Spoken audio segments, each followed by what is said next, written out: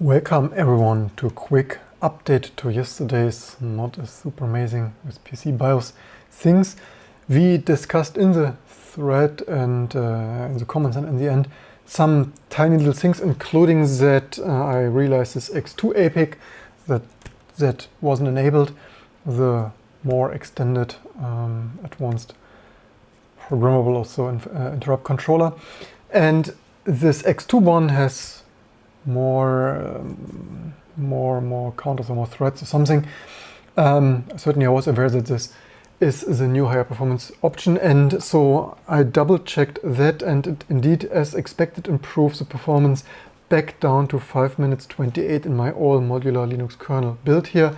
For reference, as seen in yesterday's live stream, this was 5:48, so much to 20 seconds.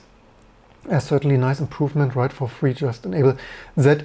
Ironically, in yesterday's video I mentioned all the bloody auto options that are randomly enabled or disabled, and in my opinion better have enabled and disabled, because turns out this local APIC, so the option in the ASUS BIOS is local APIC, I think, and this is auto enabled in X2 or something of that sort.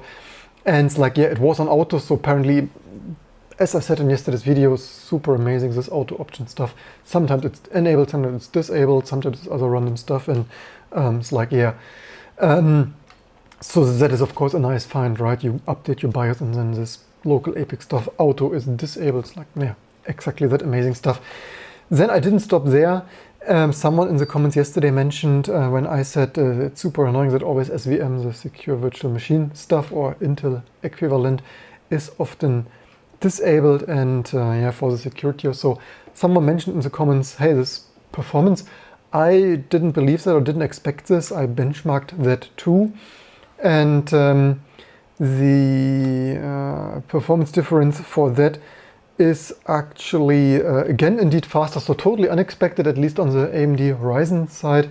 I could double check booting the, like having that enabled, the SVM secure virtual machine, which of course most of you, unless you're only gaming, probably would want for QEMU, VirtualBox, VMware and stuff on Linux or Windows.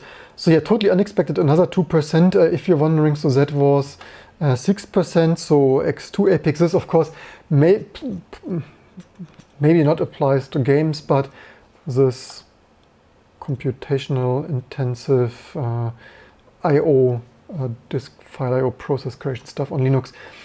X2 APIC 6%, and that another 2% on top of X2 APIC.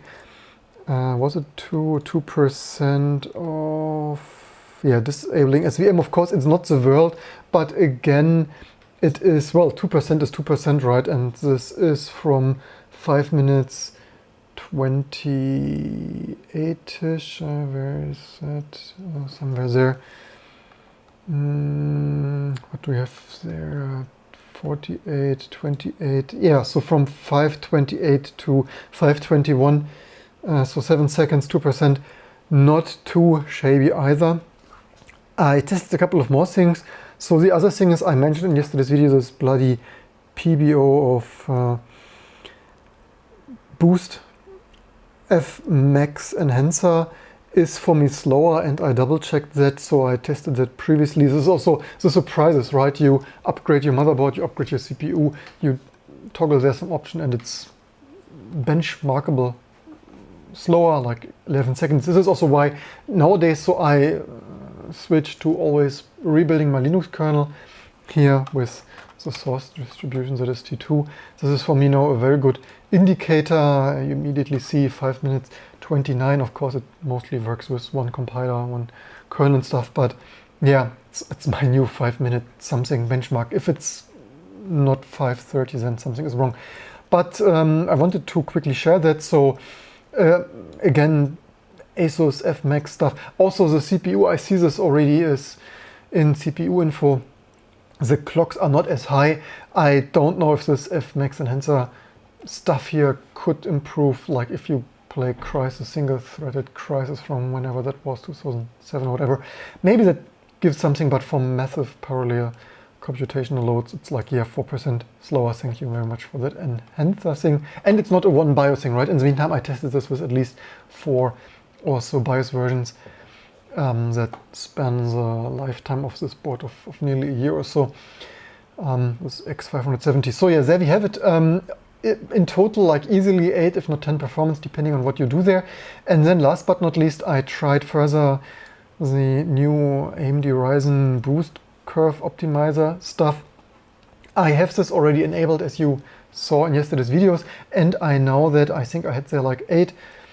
Minus also, yeah, super intuitive, as I said yesterday, -8. For me, this is of course highly silicon lottery dependent, how good your silicon is.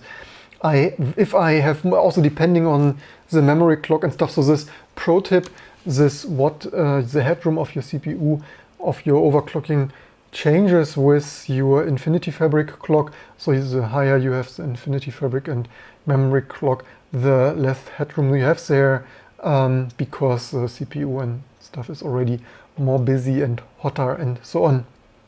So yeah, -8.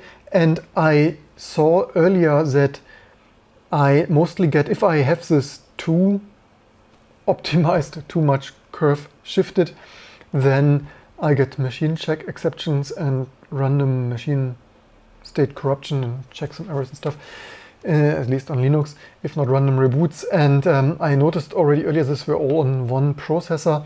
So today I, for the test, changed only half of them. This is not a screenshot from me, I didn't make one today. But yeah, this is one of the things.